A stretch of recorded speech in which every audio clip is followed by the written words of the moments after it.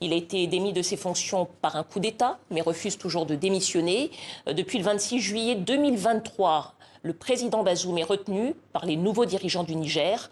Dans cet ouvrage, 25 personnalités s'adressent à lui et plaident pour sa libération. 25 lettres au président Mohamed Bazoum, publiées aux éditions Karthala. Geneviève Göttinger, bonsoir. Bonsoir. Merci d'être avec nous. Alors vous êtes avec Mamadou Koné, ancien ministre de la Justice, Konaté, pardon, l'ancien ministre de la Justice du Mali, initiatrice et également co-autrice de cet ouvrage. Première question pour commencer, comment a germé l'idée de ce livre pour parler au président Bazoum? Elle a germé au cours de l'été dernier, en fait, après le 26 juillet 2024. Ça faisait 1 an déjà que le président Mohamed Bazoum était séquestré dans sa résidence avec son épouse. Et en fait, on avait le sentiment que rien ne bougeait. D'ailleurs, rien ne bouge toujours. Hein. Il est toujours séquestré avec son épouse dans quelques mètres carrés de sa résidence. Et l'un et l'autre, on était très engagés, chacun de son côté, pour sa libération. Alors, on le faisait chacun à sa manière, lui beaucoup dans des spaces sur Internet, moi des posts, ou également dans des articles que j'étais amenée à rédiger, ou lors de passages dans des émissions de radio et de télévision. Et on s'est rendu compte qu'on n'était pas seul, en fait, à éprouver la même colère devant cette situation que vit l'ancien président de la République du Niger. Donc, on a ouvert notre carnet d'adresses. On s'est dit, on va faire quelque chose qui est un peu différent d'une tribune, différent d'une pétition. On va s'adresser à toutes ces personnes qu'on connaît, ou à un certain nombre de personnes qu'on connaît, avec lesquelles on partage la même tristesse et la même colère, pour leur demander de témoigner d'une manière un peu différente. C'est ça l'idée de l'être. C'est ça l'idée donc de cet ouvrage, donc écrit par 25 personnalités du continent. Hein, j'en cite quelques-unes. Oui. L'ancien Premier ministre malien Moussa Mara, l'avocate camerounaise Alice Nkom, l'opposant sénégalais Khalifa Sall, pour quelques-uns. Alors ce sont des lettres directes adressées au président Bazoum, mais qui sont aussi une forme de plaidoyer pour l'homme qu'il est et pour sa libération. Qu'avez-vous envie de dire de ce qu'a été Mohamed Bazoum comme président du Niger? Mohamed Bazoum, c'est un ovni pour moi sur la scène politique africaine. C'est un vrai démocrate.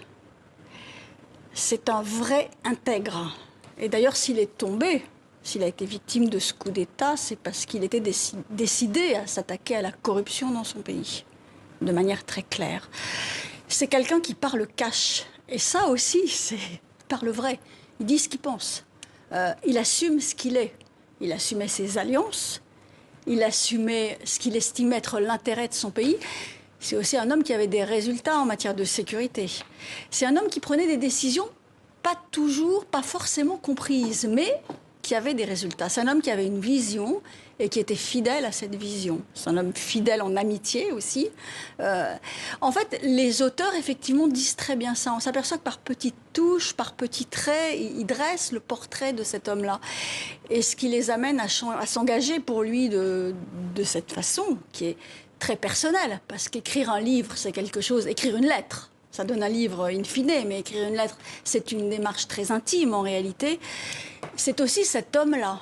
Et puis ce qu'il incarne aujourd'hui en ne démissionnant pas, comme vous l'avez dit au début de notre conversation. Alors justement, Geneviève, peut-être un petit rappel. Je rappelle que vous étiez vous-même ancienne journaliste. Tout à fait. Que vous êtes aujourd'hui devenue consultante. Et vous êtes aussi des soutiens du président Bazoum. Et que vous avez pu, donc avec d'autres soutiens du président Bazoum, écrire cet ouvrage, coordonner l'écriture de cet ouvrage. Vous avez...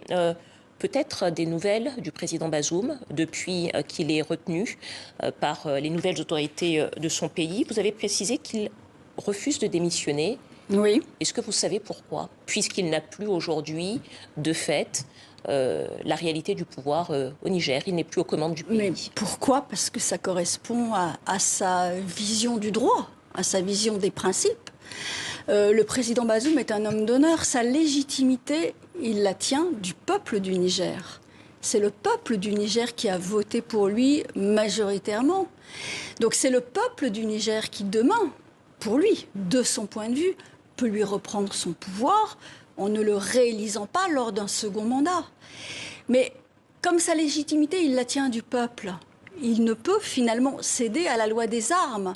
C'est contraire en fait à toute sa vie, à tout ce qu'il pense, à sa nature profonde, à son sens de l'honneur, et je dirais aussi, je pense, et je ne le connais pas, mais à l'image qu'il se fait de lui-même. Vous mettez un point aussi dans cet ouvrage, il y a aussi la question de l'illégalité de sa détention qui est posée. Comment est-ce que vous la qualifiez, cette détention ? C'est une séquestration, c'est une prise d'otage. C'est un homme qui est à la fois un otage et un bouclier. Il est séquestré, comment dire les choses autrement ? C'est un otage. C'est un otage. Ce qui est très inquiétant, c'est qu'on ne voit pas vraiment d'issue, parce que le Niger n'est pas vraiment rentré dans une transition. On ne sait pas trop ce que veut cette junte militaire. On ne sait pas trop non plus comment... On a l'impression qu'elle n'arrive plus trop à gérer non plus le problème que lui pose Mohamed Bazoum. Alors, en l'occurrence, il y a des autorités de transition au Niger. Oui, mais le mot transition n'a pas été vraiment prononcé. Il n'y a pas de calendrier, il n'y a pas de dialogue politique. On voit pas bien où ils veulent en venir en réalité. Alors, peut-être des nouvelles du président Bazoum.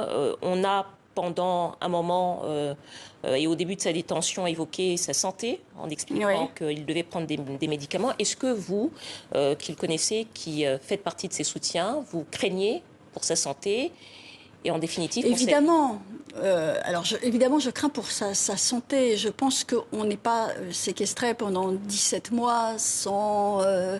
qu'il y ait des séquelles sur votre santé, même si c'est un homme fort, même si c'est un homme solide, même s'il est moralement très solide.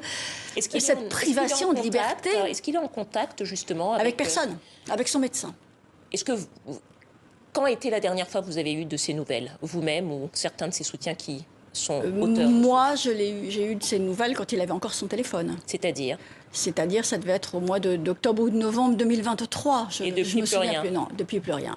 Depuis, son médecin le voit, son médecin rentre dans ces petites pièces où il est prisonnier avec son épouse, sans téléphone, et sort et retrouve son téléphone à la sortie. Donc il peut effectivement donner des nouvelles de sa santé, mais ça ne va pas au-delà. Dernière question, Geneviève Götzinger, en quelques mots, est-ce que vous avez le sentiment que Mohamed Bazoum a été abandonné à la fois par ses pairs africains et par la communauté internationale ? C'est le risque. Et c'est aussi la raison de ce livre. C'est alerter sur ce risque d'abandon, ce risque de démission de la communauté internationale. Vous parliez du sommet de la CEDEAO, là, dimanche. Demain, effectivement, il faut que ses pairs ne l'oublient pas. Il est l'un des leurs. Et en fait, ce qui est arrivé peut leur arriver à tous. Et quelque part, en se battant comme il se bat pour eux tous. Il se bat en fait pour que le droit triomphe de la force et pour l'affermissement de la démocratie sur ce continent qui a droit à la démocratie comme tous les autres. Merci à vous, Geneviève Götzinger, ancienne journaliste, consultante, initiatrice de cet ouvrage 25 lettres au président Mohamed Bazoum. C'est aux éditions Cartala. Merci à vous. Merci.